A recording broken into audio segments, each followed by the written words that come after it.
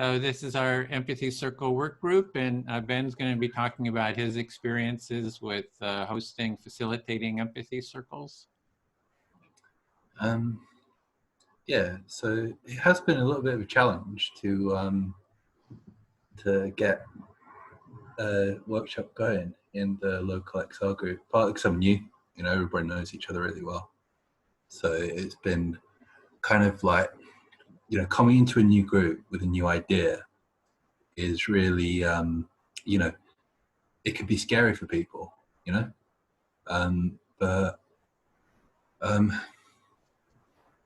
yeah,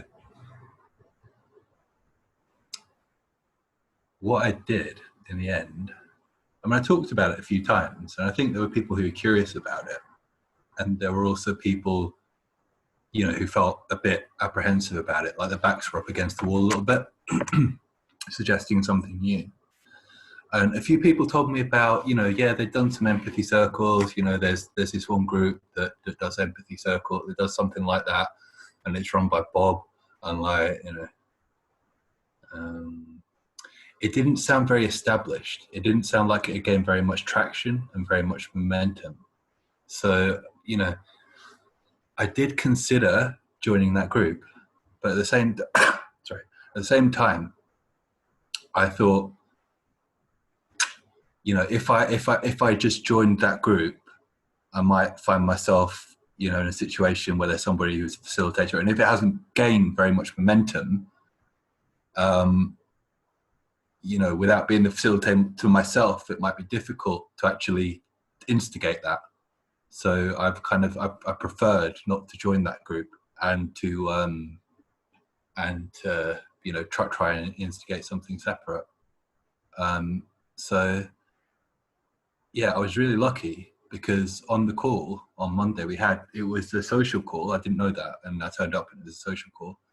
And there was another guy who was new, and he had a lot of interesting ideas about the group, and he was getting the same kind of suggestions that to you know, sort of like join another group or, you know, join something else. And I kind of felt a little bit, you know, I felt a bit sorry for him. Yeah, I felt a bit sorry for him. Like, not sorry exactly, but it just, you know, I resonated with him. It didn't seem like it'd work, what was being suggested. So, you know, I spoke to the leaders of the group, and I spoke to, I mean, if there are such a thing in XR, yeah, I spoke to the people who have been around for quite a while. And I spoke to him in the group, and I said, you know, well, yeah, it sounds interesting, the other opportunities, but, you know, also I want to honor what you're bringing into the group, and you know, let it sort of gain its own momentum. And then I opened with a little bit of critical feedback about the idea he brought, and then somebody else came and started exploring his ideas with him, and it did gain a little bit of something. So you know, that was positive. And then I suggested the empathy circle on the back of that, and this guy joined, and a few other people joined. So I think after having that positive experience of you know, getting somebody's ideas, you know, going, that that was you know, a little bit of a catalyst to start something off. There was still some apprehension, even though it went well. When we all came back into the main room, there was still some apprehension to acknowledge how it went. You know, the energy changed very remarkably from being in the breakout room to coming back into the main room.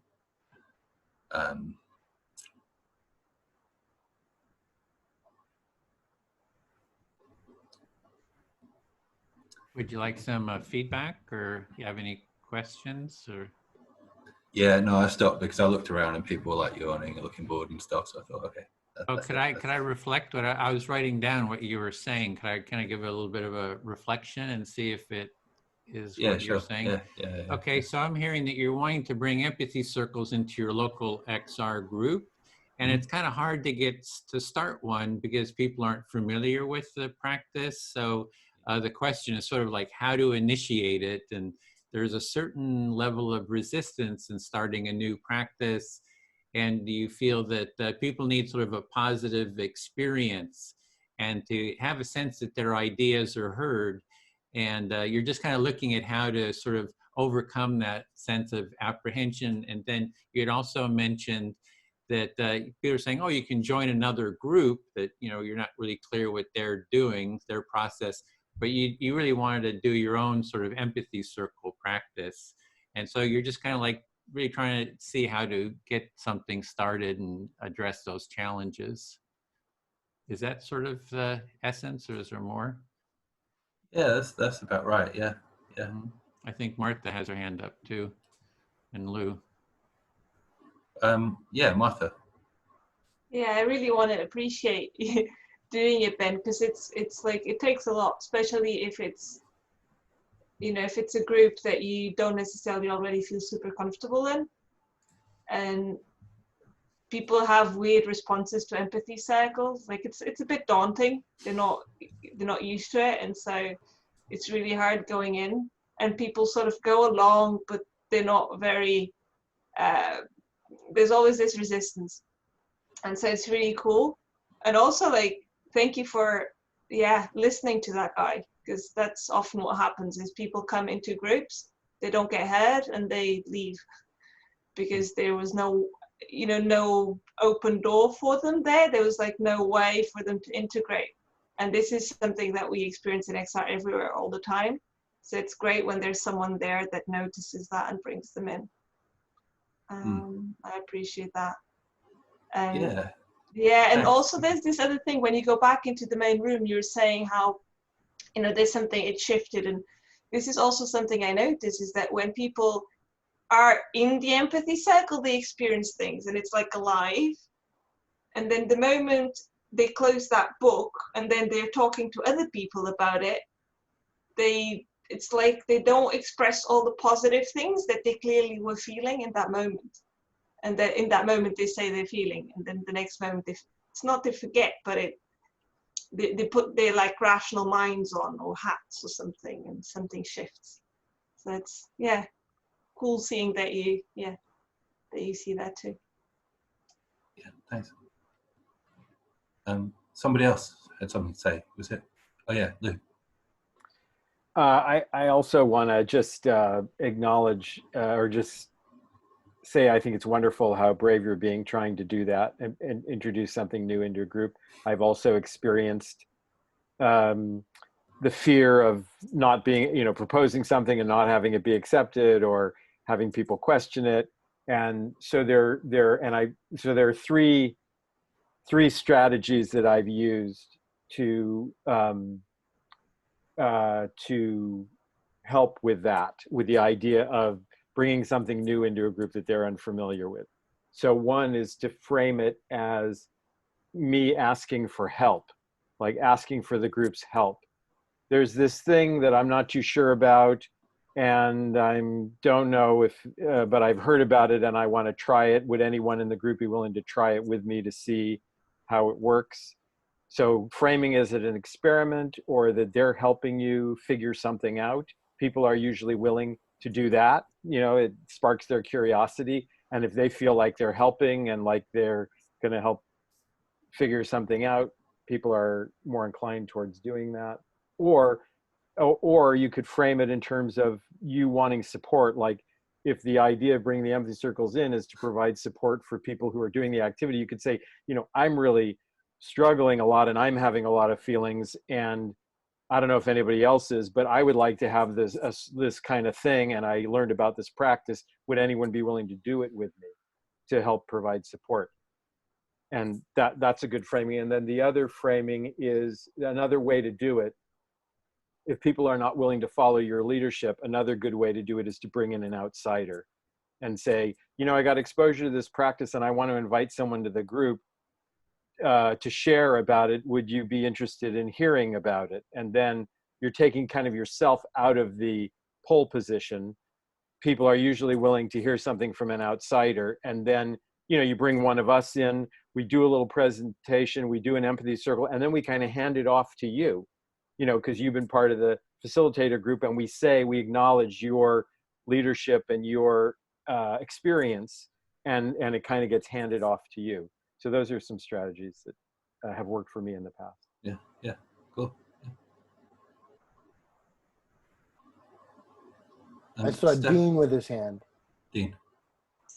Yeah, Ben, it's admirable that you're trying to bring in these new working practices. I found the best way to do this is conflict resolution. We have the de-escalation training in XR. That's pretty much like the empathic circles and the listening circles. These are all three, they all tie in together. So if you can't get in one tactic, mention it to, or this is another practice that can carry on. Oh, sorry, Kevin. No, go ahead. Finish your point. We've recently had a breakup in our group where someone was asked to leave the group because, well, he wasn't actually asked to leave. He left the group because he felt he wasn't being heard.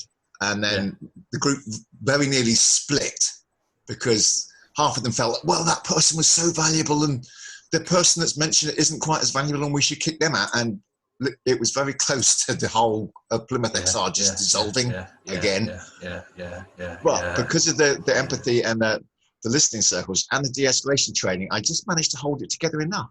So it's important that we get these skill sets into XR.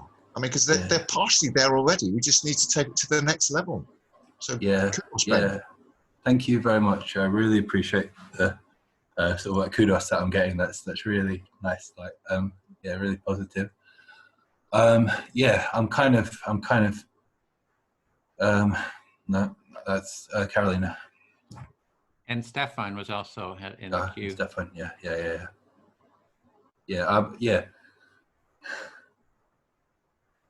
Sorry, go ahead, Carolina. Yeah. Okay.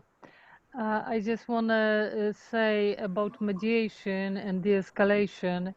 Empathy Circle can beautifully work, but there is one rule. All the sides have to accept the facilitator and mediator. If they don't accept for any reason, sometimes completely crazy reasons, something they imagine that is not even true in any way, but sometimes I experience such thing. You can't facilitate, simply. Because one of the sides doesn't accept the mediator facilitator.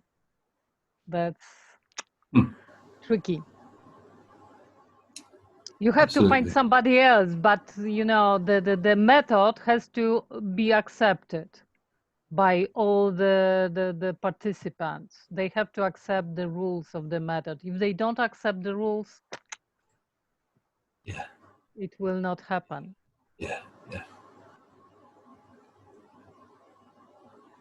So Stefan was on the queue. Yeah, sorry, Stefan, go ahead. Sorry, I was just, I sent these two files, which are from a guy who's a consultant in the business world named Cotter. He's written a number of books, but one of the books he's wrote is Leading Change. And he has this 8-step method to how you lead change. And it's a lot of things that we've been talking about. As I heard you talking earlier, I got a sense that you were a little unsure of yourself in being the leader of trying to get the empathy circle incorporated into your group, and almost like you were willing to even maybe leave the group and go to a different one.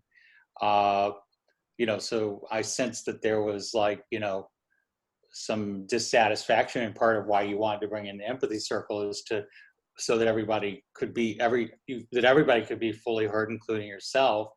And my understanding of when you try to lead change, you need a sense of urgency, and you need someone who can be the champion. So I thought Lou's idea was great, is maybe invite someone from this group that you have a relationship with or like, and try to help them support you initially in trying to encourage people to give it a try.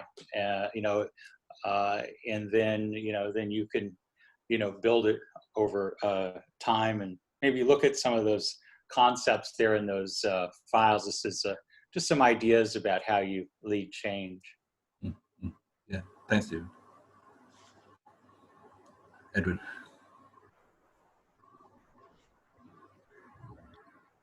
For the conflict resolution aspect of it, I'm just putting in a link there. That was for XR Santa Cruz. They were having a conflict. Somebody, exactly that same story, Dean, that you were talking about. Somebody not feeling heard, you know, groups saying, you know, good if this person leaves, the person who wants to leave, but then it's going to take half the people because they say, hey, if you're not listening to this person, you're going to listen to me. And so we did an empathy circle. And the first step was to do a pre-circle, which is just to offer listening. And we actually recorded that so that everybody got half an hour or almost an hour in some cases, just to be heard.